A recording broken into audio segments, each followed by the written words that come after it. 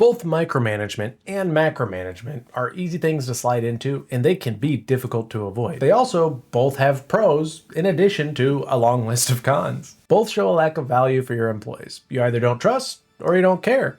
Both show a huge disconnect from your company and your frontline workers. You don't understand what they're doing, you don't know what they're doing, or you don't trust that they know how to do what they're doing, which might be because they didn't get trained properly in the first place. Macromanagement and micromanagement are both enemies of innovation and creativity. You're likely familiar with micromanagement, a boss who constantly looks over your shoulder, checks your work, asks what you're doing, why you're doing it, and always expects you to be busy and in the middle of a work task, even when you know that they're not always in the middle of a work task. Micromanagement is not inherently a bad thing, though it definitely does have that reputation. There are some things that should be micromanaged. For example, when a new process is defined and rolled out, you may need to dedicate extra time to checking in with an employee and stakeholders, make sure that they're doing the process right, that it makes sense, and if they have any questions or have identified any process gaps along the way. If you're rolling out a new software initiative, you may want to be checking in with your project managers, implementation teams, vendors, stakeholders, and users to make sure any misses and gaps aren't slipping through the cracks. I have done event and stage coordination and management. It takes a level of micromanagement. If I'm setting up an event, I see the wires, cords, backgrounds, and I may be thinking about where the cameras are, what the photographers are going to see,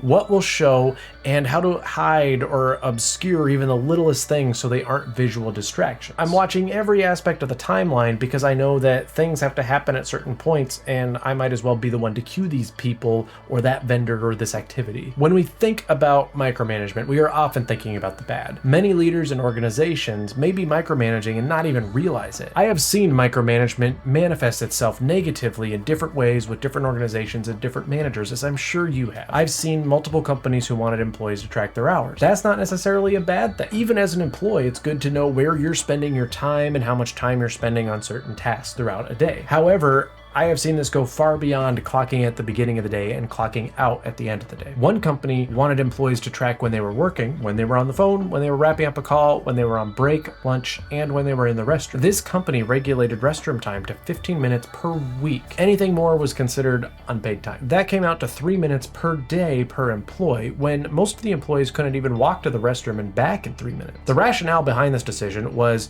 workers had 2 15-minute breaks and a 30-minute lunch break, so they had plenty of off time outside of when they were working. At its core, this was nothing but organizational scar tissue, a bad process that was put in place because a few employees had abused their unlimited restroom breaks, so every employee after was made to suffer. One company wanted every employee to maintain an hour-by-hour list of what they were working on. This could be a good thing because you might be able to see which users and customers and types of issues are taking the most time from our team. But upper management had a very different idea. They wanted every employee to be able to account for every minute of the day, all 8 hours, and be able to tell you exactly what they were working on at any point. Even your best employee will likely only give you 6 good solid hours of work in any given day. We need breaks. We need time to talk to our colleagues, that water cooler chat. We need to recharge.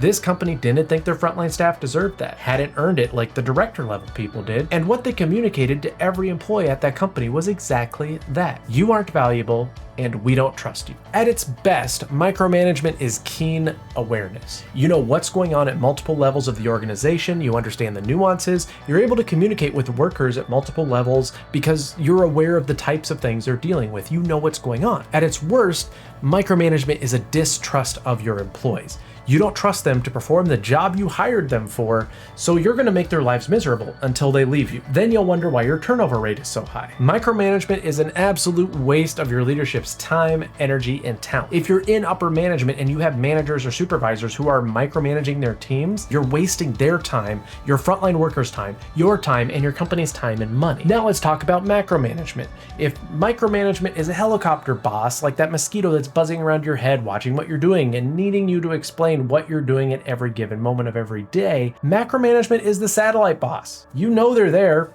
somewhere beyond what you can see. Maybe you'll catch a glimpse of them here or there. Their name comes up once in a while. Maybe you see them attending a group meeting, or you receive a note if something needs to be taken care of. For the most part, macromanagers are not present. If you've suffered under a micromanager or wanted more independence and autonomy, a macromanager might sound like a desirable trait to seek in a boss. But the danger with macromanagement is very similar to that of micromanagement, and it often feels a bit like a ticking time bomb or trying to maneuver a minefield. While a macromanaging leader may think that they're letting their team be independent and autonomous, the team ends up running unchecked. They end up making little mistakes and never being corrected, so it becomes a pattern. Or they decide they don't like the set process, or maybe they were never even taught the correct process, so they figure out ways of working through things and doing things that kind of works. Macromanaging your team is like a bowling alley with no gutters or dividers between the lanes, or like a Hot Wheels track without the walls on the track. Your team will end up veering off and not even realize it. They're still working. That bowling ball will eventually make it to the end of the lane, and that Hot Wheels car will make it to the end of the track and just keep going. They end up with the same general outcome, and sometimes even the desired outcome, but because the process and direction, those walls weren't in place, they have no idea how to repeat it. Your employees are left with a lack of decision making,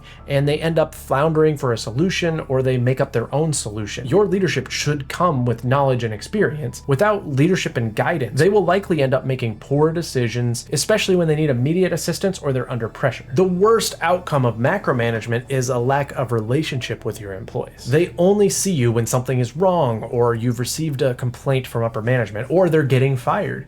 You show up to deliver bad news. You become an icon of anxiety and stress, and none of your employees will ever be honest with you. They're terrified of saying the wrong thing. They won't respect your leadership. How could they possibly know what it's like to do my job? And I'm not sure if they even know my name. When your employee does something wrong, they'll be defensive because they didn't have direction. When you compliment them, they'll brace for the but and the bad news. Upper management suffers from the appearance of macromanagement because of the levels of disconnect between them and the frontline workers. Sometimes this is strategic. You don't necessarily want your frontline workers undermining or going around their manager to talk to you, and if that happens, you need to provide the correction and show them the proper process and the chain and why it exists. This is why it's important for supervisors and managers to have a relationship with their manager, so important things can be discussed. Your name can be brought up often.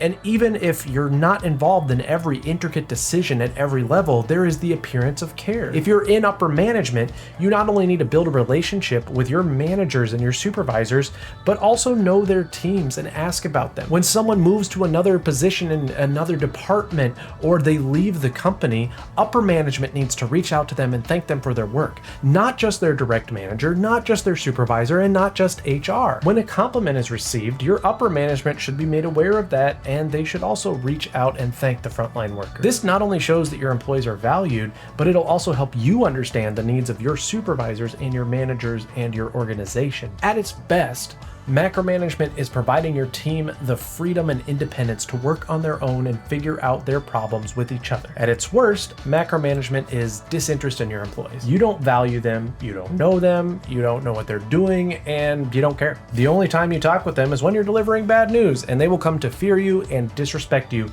because you never bothered to build a relationship with them. They will leave you to find a manager who cares about them and values them as an individual, and you'll hardly remember their name. Then you'll wonder why your turnover rates are so high. Both micromanagement and macromanagement are easy things to slide into and can be difficult to avoid. Both show a lack of value for your employees. You either don't trust or you don't care. Both show a huge disconnect from your company. Micromanagement is the enemy of innovation and creativity. You want them to follow a line, not step out of the box, and if an employee has an idea of how to do things better, it's often shot down. Macromanagement is the enemy of innovation and creativity. New ideas don't get brought to you, or they're just implemented without your knowledge. Needs and gaps aren't communicated to you because you're never available to know what's going on. Every directive comes from higher up, people that have even less knowledge of what's going on at the front line. In both micromanagement and macromanagement, your employees suffer. They lose connection with their manager, they don't feel valued, and they have more reason to leave you and find another job.